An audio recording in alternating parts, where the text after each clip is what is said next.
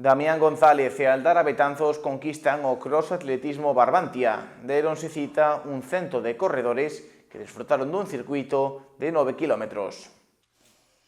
O atletismo non faltou na proposta deportiva da fin de semana e os amantes das carreiras puideron desfrutar do regreso do cross de atletismo Barbantia en Boiro. A proba desenvolveuse o domingo con saída e chegada das inmediacións do CEIP de Cespón e un centenar de corredores participaron nesta carreira organizada por Barbantia Roda, que cumpriu a súa quinta edición. Disputáronse diferentes carreiras en función das categorías, xa que había modalidade de 4 a 5 anos, de 6 a 8, de 9 a 11 e de 12 a 14 anos, ademais de contar coa proba absoluta na que tamén participaron os veteranos e na que se corrían 9 km por diferentes puntos destacados de Boiro.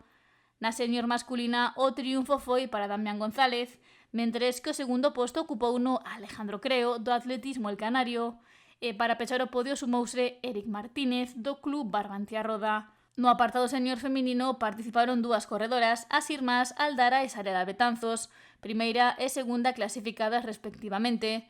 No veteranos A masculina, o corredor máis rápido foi Ramón Gil. Ernesto Buceta entrou no segundo lugar e Jali Pose finalizou terceiro.